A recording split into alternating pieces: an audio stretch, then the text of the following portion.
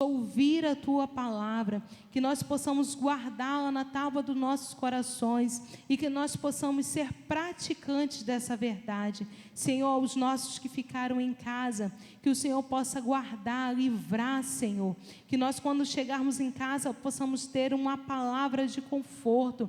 Muda, Senhor, o nosso entendimento, muda a nossa conduta, para que nós possamos compreender esse marido que ficou em casa, que ainda não te conhece, esse filho que ainda não está nos teus caminhos, essa mulher que por algum motivo, Senhor, se afastou dos seus caminhos. Nos ensina, ó Pai amado, como filhos, ó Pai, a obedecer e a amar essas pessoas. Nos ensina, Senhor, a amar o diferente, Senhor, a fazer, ó Pai amado, como Tu diz que nós somos discípulos do Teu amor. Então que o Teu amor esteja sempre impresso em nossas vidas, em nome de Jesus. Nos fala conosco nessa noite, Jesus. Abençoa o Teu Filho amado e a Tua igreja. Nós Te agradecemos por tudo, em nome de Jesus. Amém. Graças e paz a todos, amém?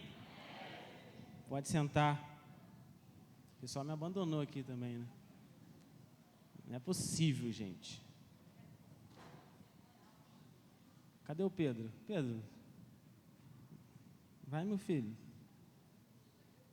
Irmãos, temos pouco tempo. Gênesis 1. É tão bom testemunhos. Eu acho que se não fosse uma proposta temática, nós poderíamos deixar o Islânio aqui com a Sula. E provavelmente, se eu falar aqui 2 horas, o impacto dos minutos que ele testemunhou aqui vai ser maior.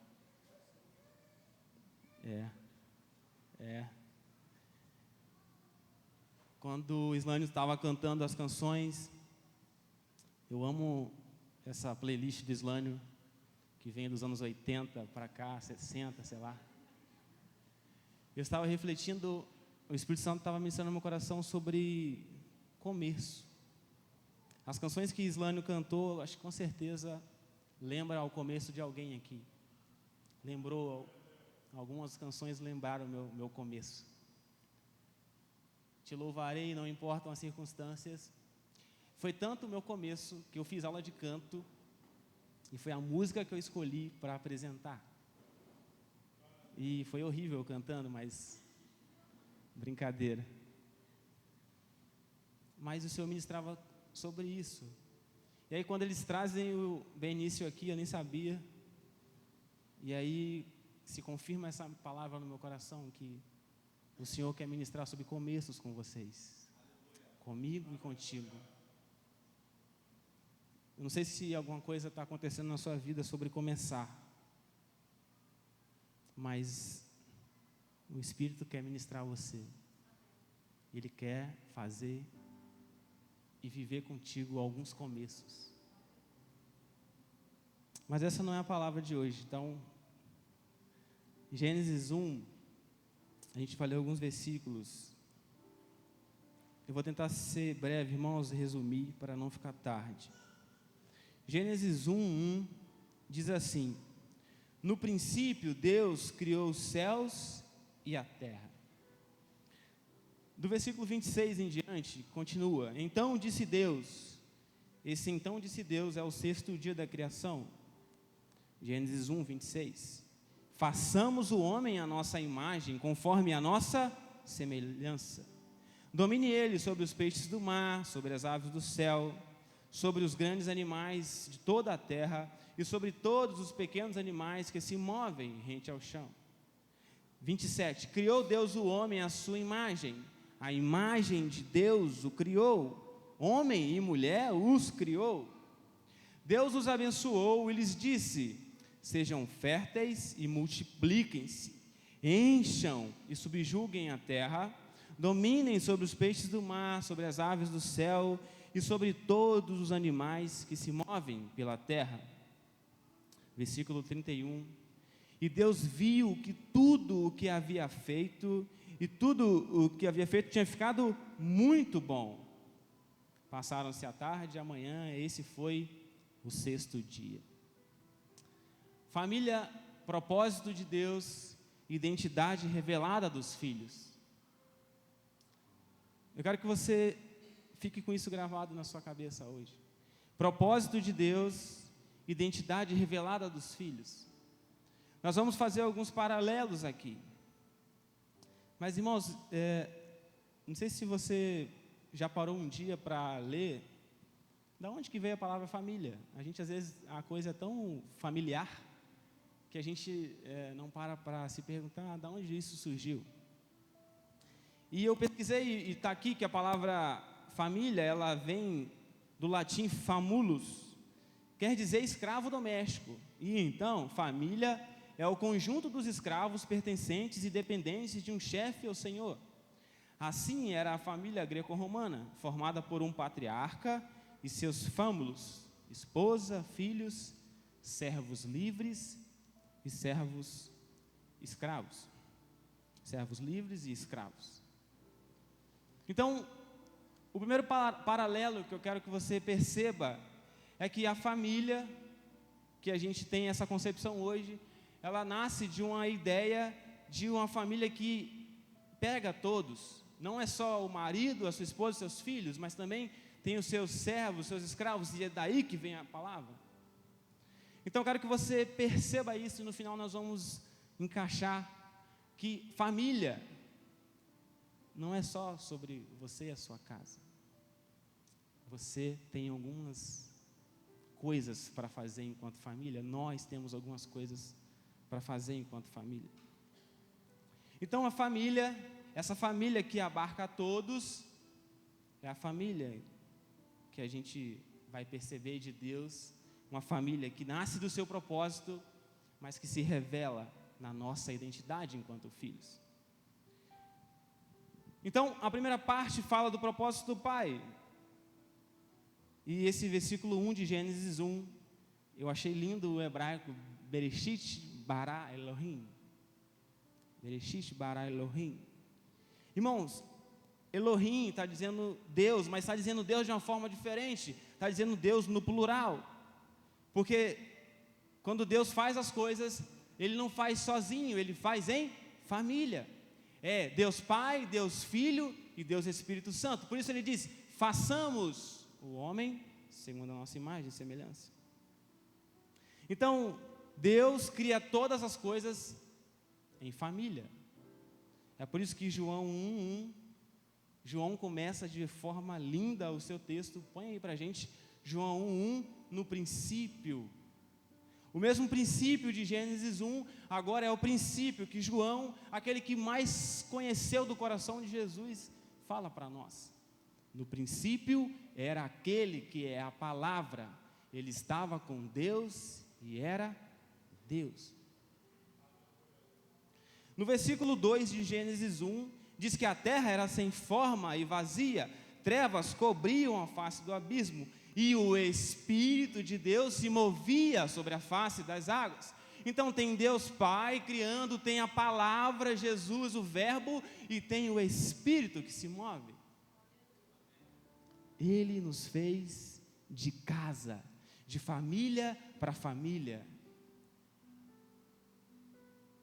Façamos.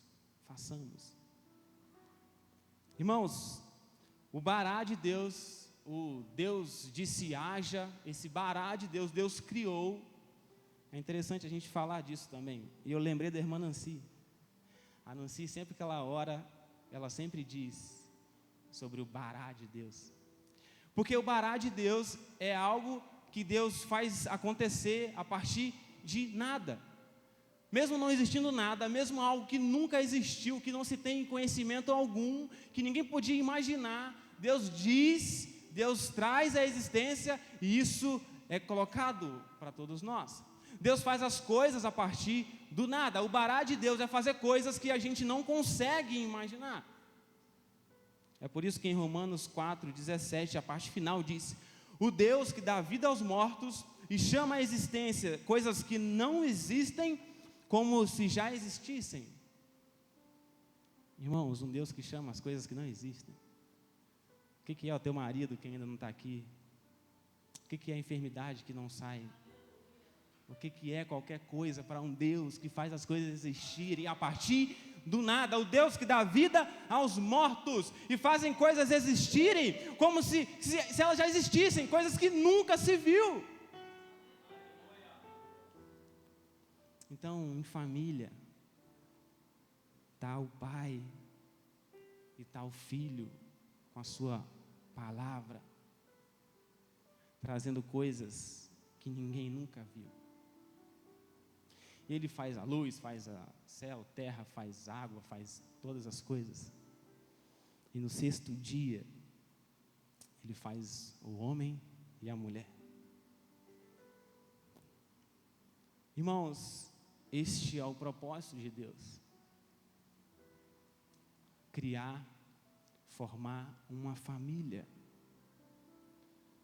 Formar uma família a partir da sua família. É incrível como Deus ele faz as coisas a partir dele. Nós fomos criados a partir dele. Façamos o homem. É incrível como ele olha para tudo isso e diz, olha, e viu Deus que tudo o que ele fez é muito bom, não é pouco bom, não, é muito bom. Irmãos, a nossa casa, a nossa família, a nossa vida foi feita por Deus. Ele olhou para nós e disse, olha, isso é muito bom.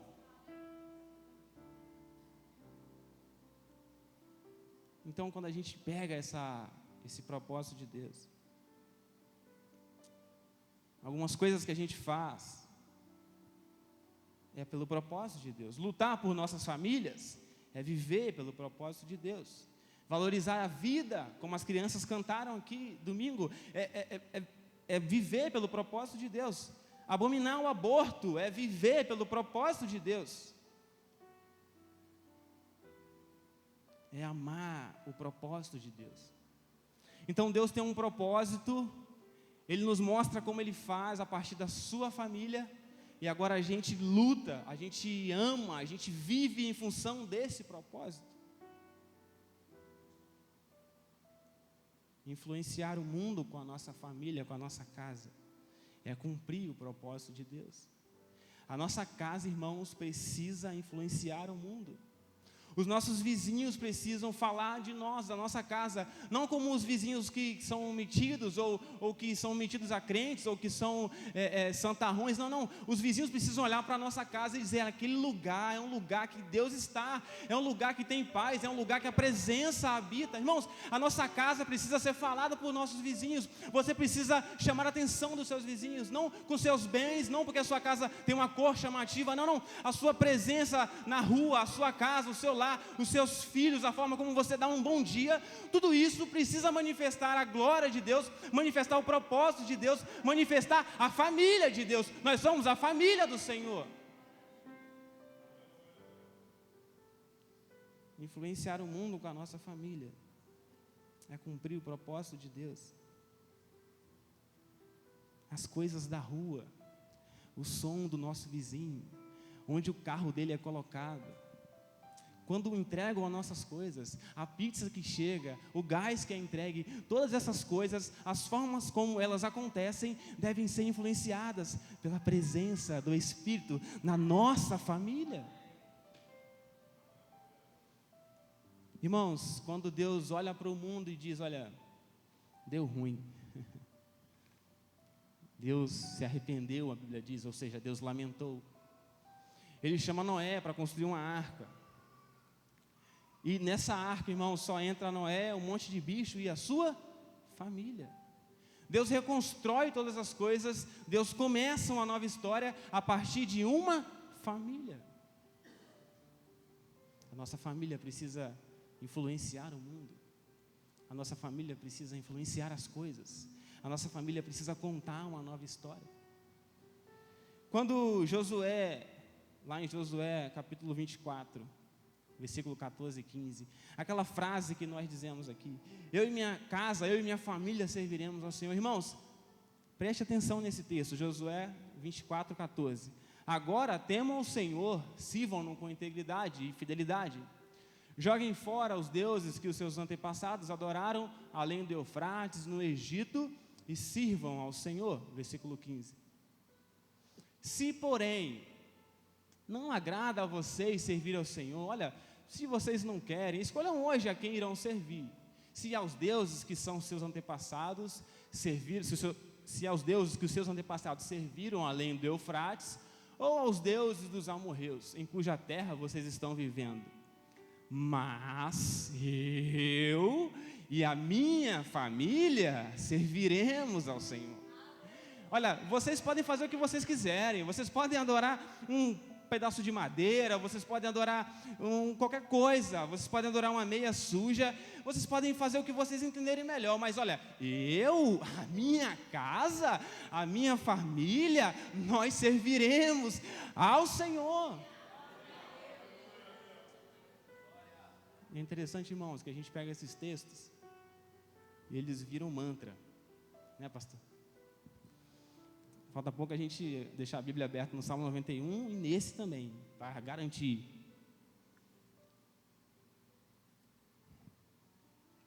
Mas o eu e minha casa serviremos ao Senhor, irmãos, não é um mantra, é um compromisso. Então pega isso, em nome de Jesus. Eu e minha casa serviremos ao Senhor, não é um mantra, é um compromisso. E esse compromisso, irmãos, cabe a gente lutar por ele. Lutar com muita fé. Não é orar de vez em quando por aquele filho, por aquele marido, por aquela filha. Não, irmãos, é compromisso. É todo dia chegar diante de Deus. Deus, lembra de fulano? Aí Deus fala, claro, você falou dele ontem. Então, estou aqui por ele. Intercessão, estar intercessão, estar no meio, diante de Deus, por alguém. Então, eu e minha casa não é um mantra, é compromisso. Então, essa primeira parte aqui, de Gênesis, nós estamos falando do propósito do Pai. Enquanto o propósito do Pai aponta para a intenção de Deus, nós vamos falar um pouco adiante aqui da identidade de filho que se revela em nós. Essa identidade é o que a criação aguarda com uma ardente expectativa. Se tudo que Deus fez é muito bom, de Gênesis 1:31, se Deus olha e cria todas as coisas, a natureza é boa, os animais, eles são muito bons, o homem e a mulher é muito bom. Se tudo isso é bom, olha, passou-se o tempo e agora a criação, a coisa criada, ela geme, ela implora para que os filhos de Deus se manifestem. Romanos 8:19, põe aí, Romanos 8:19. A natureza criada aguarda com grande expectativa que os filhos de Deus sejam revelados. Então, estamos aqui no propósito de Deus. Ele faz a família em família. Ele traz coisas que não existem como se já existissem. O Bará de Deus cria coisas que ninguém nunca imaginou. Não precisou de nada, não precisou de explosão do Big Bang, não precisou de nada. Deus olhou e disse, haja luz, haja isso, haja aquilo. Ele fez tudo isso com um propósito de formar uma grande família. Agora a gente chega num lugar de se revelar como filhos. E aí é interessante, irmãos, Efésios 5:6.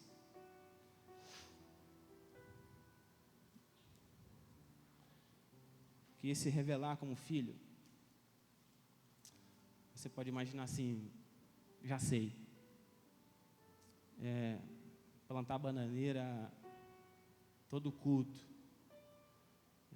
Levitar. Manifestar como filho é como os coaches, teologia coach diz, é ser próspero, é ser general, é ser dominador. Talvez você, no seu subconsciente, se manifestar como filho seja isso, mas em Efésios 5:6, Paulo traz a gente para a vida real. E ele nos ensina algumas coisas, 7 atitudes de filhos, que a gente revela ser filho de Deus. A gente revela a nossa identidade como filho. A primeira é que quem é filho pratica a sujeição mutuamente. Efésios 5, versículo 21. Sujeitem-se uns aos outros por temor a Cristo. Irmãos, subordinar. Sujeição é a capacidade de subordinar, de obedecer. É o famoso ninguém é mais que ninguém no lar. É interessante que essa semana eu estava querendo ir ver o jogo do Botafogo amanhã. Tá gravando? Não, né? Aí eu tentei comprar o ingresso, deu problema no cartão. Aí ontem eu fui descobrir que meu cartão estava bloqueado para compra online, mas eu nem me liguei. Enfim, Deus estava no negócio. Aí eu falei, amor, eu queria ir no jogo, tal, mas eu não consegui comprar o ingresso. Aí, você não deve ir, não sei o quê. Enfim, ela sentiu na hora que eu não devia ir. Mas tá bom. Isso foi ontem de ontem. Aí ontem ela me liga, amor, eu precisava ver se é verdade também, nem conferi, né? Mas eu vou acreditar. É verdade, ela me mostrou um áudio. Amor, sua tia ligou, ouve aí. Aí, Maria, sonhei com o Juninho. Que eu sou Juninho, para as minhas tias lá. Juninho, foi para um lugar que você não queria que ele fosse. E eu te via muito triste. Já entendi que eu não devo ir. Isso é sujeição mutuamente. Não existe carteirada, não existe eu faço isso e pronto, eu escolho assim e pronto. Nós homens, a gente tem que ter um controle ainda maior, porque a gente acha, muitas das vezes, que a gente tem que ser o dono do lar, o sacerdote. Mas quem está lendo a revistinha já viu que a liderança de um marido bíblica é diferente. Então, a primeira atitude de um filho de Deus é na sua casa, se sujeitar. Não é voar, não é falar língua de todos os anjos. Primeiro é se sujeitar um ao outro. Ninguém é maior que ninguém. A segunda atitude na nossa família e que a gente revela a identidade de filho é a sujeição bíblica da mulher especificamente. No versículo 22 de Efésios 5. Mulheres, sujeite-se cada um a seu marido, como ao Senhor. Pois o marido é o cabeça da mulher, como também Cristo é o cabeça da igreja, que é o seu corpo, do qual ele é o Salvador. Assim como a igreja está sujeita a Cristo, também as mulheres estejam em tudo sujeitas a seus maridos. A sujeição bíblica da mulher, irmãos, é uma sujeição que encontra um marido que é líder. Mas é uma liderança, irmãos, como Cristo com a sua igreja. Uma liderança que cuida, uma liderança que zela, uma liderança que serve a sua igreja. A mulher se sujeita sim, mas a um marido que é líder, mas um líder sábio, um líder equilibrado. Se você está lendo a revistinha, está lá. Não lembro o dia agora, mas fala sobre isso. Em terceiro lugar, a gente se revela como filho. Agora, para os maridos, essa mensagem mais específica. O marido que ama a sua esposa, versículo 25. Maridos, ame cada um a sua mulher, assim como Cristo amou a igreja e se entregou por ela. Meus irmãos, nossas esposas, elas não são objetos. Elas são princesas, como diz Josias. Elas precisam ser amadas por nós. O marido deve amar a esposa. Irmãos, e Paulo apela, porque ele compara o amor de Cristo com a igreja, ou seja, um amor que se sacrifica, um amor que se entrega, um amor que se coloca na frente para proteger, um amor que dá a vida por sua esposa. A gente se revela como filho de Deus, amando a nossa esposa. Em quarto lugar, a nossa identidade de filho se revela sendo filhos que obedecem aos pais. Agora o capítulo 6 de Efésios. Filhos, obedeçam seus pais no Senhor, pois isso é justo. Honra teu pai e tua mãe, este é o primeiro mandamento com promessa, para que tudo te ocorra bem e tenhas longa vida sobre a terra. A obediência precede a prosperidade. Grava isso no seu coração, a obediência precede a prosperidade. Irmãos, uma dica que sempre me disseram, e a mais pura verdade, é que se quem está querendo casar aí um dia, Gabi, que vai casar um dia, Se você quer saber se a pessoa ela a Maiara vai casar um dia, a Maria vai casar um dia. Amém, Jesus. Irmãos, se você quer saber se a pessoa é para casar, ela precisa ser um bom filho. A mulher precisa ser uma boa filha. Irmão, se não presta como filho, não casa, você vai quebrar a tua cara. É verdade, não é? Quem? A Isa. Ih, rapaz, vai. A irmã Simone não vai deixar aqui, meu Deus do céu. Ih, deixa sim. Tá. Irmãos, você quer saber se a pessoa presta para casar? Se ele não for um bom filho, Isa, não casa. Não casa. Em quinto lugar, nós revelamos a identidade de filho sendo pais maduros. Versículo 4 de Efésios 6. Pais, não irritem seus filhos, antes criem-nos segundo a instrução e o conselho do Senhor. Pai maduro não compete com o filho, antes lança-o como flecha. Irmãos, esse irritar de Paulo aqui, me veio muito isso na minha mente. Tem pai que compete com o filho, cara. Tem mãe que compete com a filha. Que eu não sei o que é, parece que a pessoa quer jogar o filho para viver algo que talvez ela não viveu e na cabeça dela, o filho tem que viver aquilo que ela não viveu, ou que ela viveu, o seu sonho. Salmos 127, versículo 3. Salmo 127, 3. Os filhos são herança do Senhor, uma recompensa que Ele dá. Versículo 4. Como flecha nas mãos do guerreiro, são os filhos nascidos na juventude. Versículo 5. Como é feliz o homem que tem a sua aljava cheia deles, ou seja, cheia de filhos. Façam filhos. Não será humilhado quando enfrentar seus inimigos no tribunal. Irmãos, imagine uma flecha, o arco, a flecha. Você precisa jogar no alvo.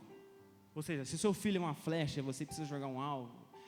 Imagine que esse alvo, ele não é o alvo não é o seu sonho, o alvo não é a sua vontade. O alvo é o sonho e a vontade de Deus. O alvo é o que Deus quer, o alvo é o que Deus sonhou, o alvo é o que Deus deu de destino para o seu filho. Não compete com seus filhos, sejam pais maduros, não irritem seus filhos, mas os lance como flechas, sejam proféticos com seus filhos. Sejam intencionalmente proféticos com seus filhos. Irmãos, sejam intencionalmente proféticos com seus filhos. Eu lembrei de Ana.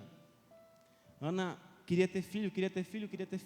Quando Ana entrega o filho na ideia de viver o sonho de Deus, Ana tem um filho.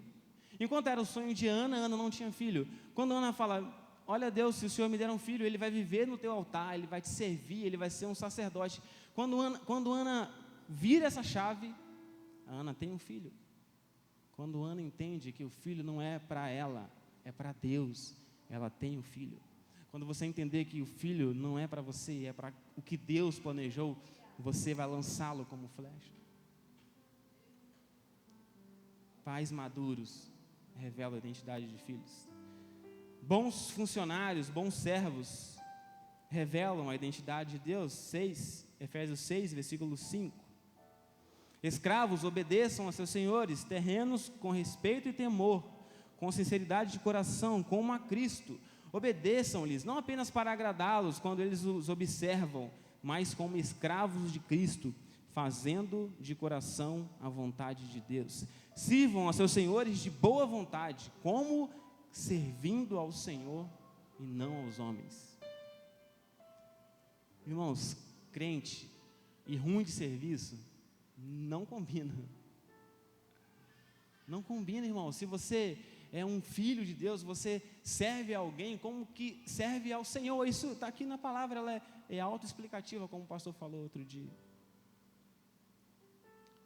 Se quando o teu chefe sai e você senta, você não é filho.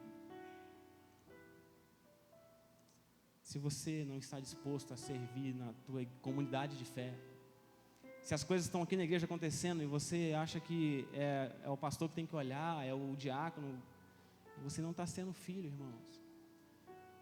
O filho revela no serviço, no zelo com as coisas. Se aqui está dizendo para um senhor de alguém que é escravo, imagine na casa do teu pai, na tua comunidade de fé. Então, quando você abaixa a porta ali, você também está revelando a identidade de filho. Quando você vê uma água em algum lugar que alguém pode cair, você corre lá, pega um pano, seca, você também está revelando a identidade de filho.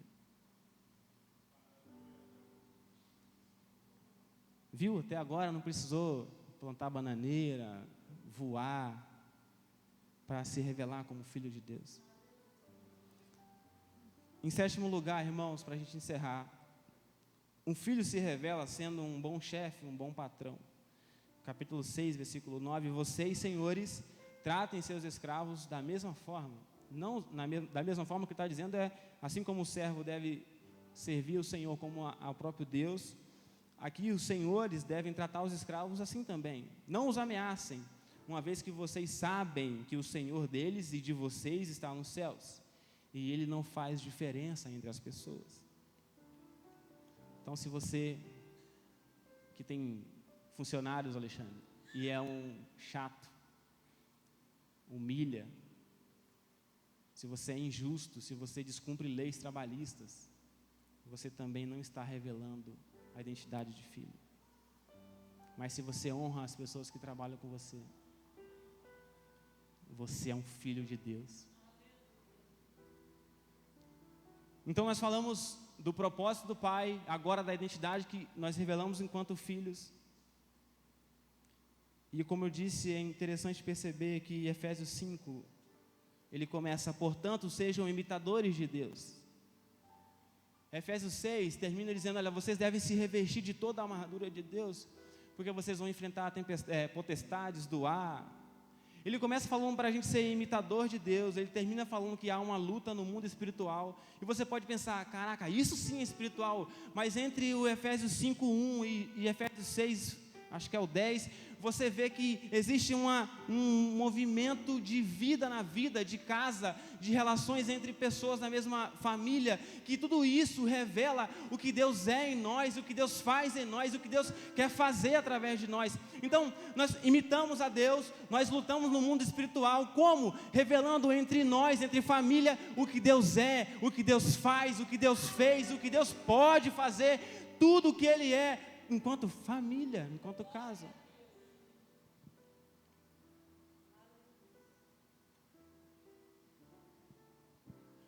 Deus criou todas as coisas. Em Gênesis 1:31 ele diz que é bom. Em Romanos 8:19, essas coisas elas gemem, as coisas gritam, elas esperam que nós nos revelemos enquanto filhos de Deus. Como que você vai revelar para o seu vizinho que você é filho de Deus? Amando, servindo, oferecendo um pedaço de bolo, comprando um galeto a mais, deixando lá. Eu não sei, deixa Deus ministrar o teu coração. Como que você vai revelar para as pessoas da sua casa? Como que você vai revelar para o teu marido que não quer vir aqui, que você é filha de Deus? Brigando, dizendo, não vou também te obedecer porque você não quer saber de Jesus? Não. É amando, é orando, é intercedendo por Ele, é cuidando dEle, é dizendo, olha, eu amo você, você está dando mole, mas eu te amo, e um dia você vai servir ao Senhor comigo, porque todos os dias eu coloco meu joelho e eu coloco você diante de Deus, que tudo pode, que traz coisas que não existem, como se já existisse. Você existe, está aqui na minha frente, você hoje é uma tralha, mas você será um servo fiel de Jesus.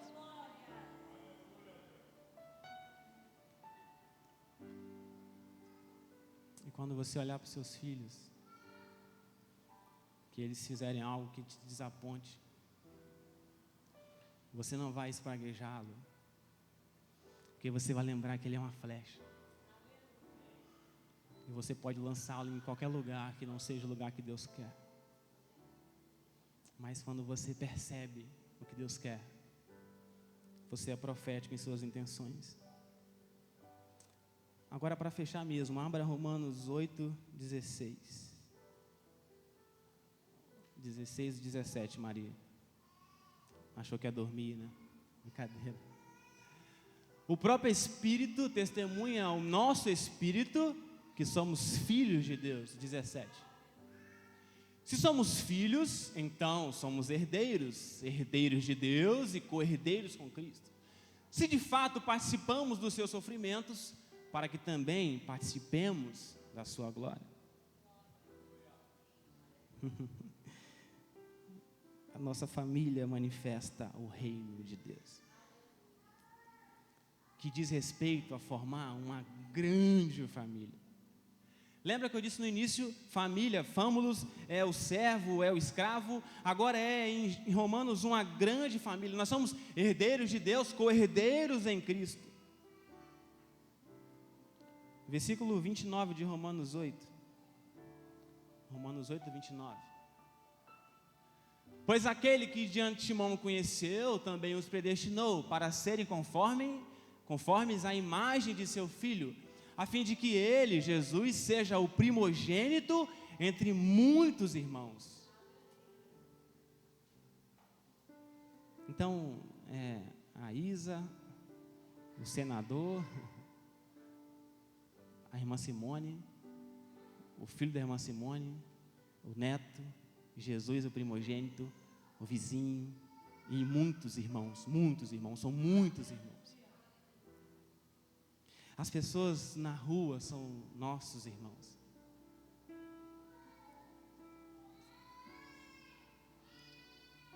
O assaltante, ele é nosso irmão. Talvez ele não saiba, mas ele é nosso irmão. O drogado é nosso irmão. O chamador da Kombi é nosso irmão.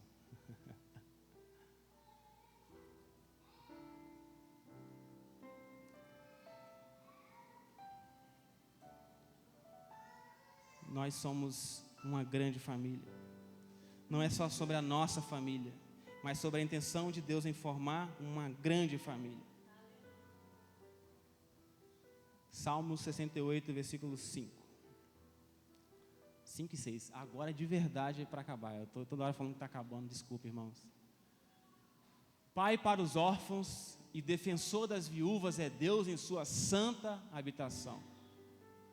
Deus dá um lar aos solitários, liberta os presos para a prosperidade. Deus dá um lar aos solitários, liberta os presos para a prosperidade. Mas aos rebeldes vivem em terra árida. Percebeu, irmãos, que Deus criou em família. Em algum lugar a criação se perde. Ela é degradada, as pessoas, nós maltratamos tudo isso que Deus criou.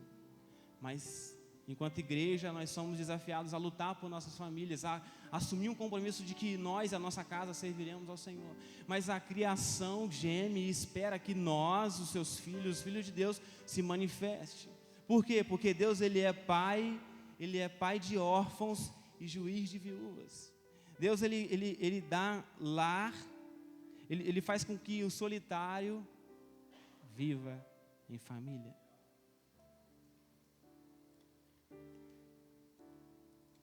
Tem muitos solitários, irmãos, e a nossa família está aberta para recebê-los. Nós, nossos filhos, nossa casa, nossos vizinhos, todos podem e devem fazer parte da nossa grande família. Criação de Deus, é um propósito de Deus, mas é também a nossa identidade revelada. Amém? Que Deus abençoe e complete essa palavra em nossos corações. Amém?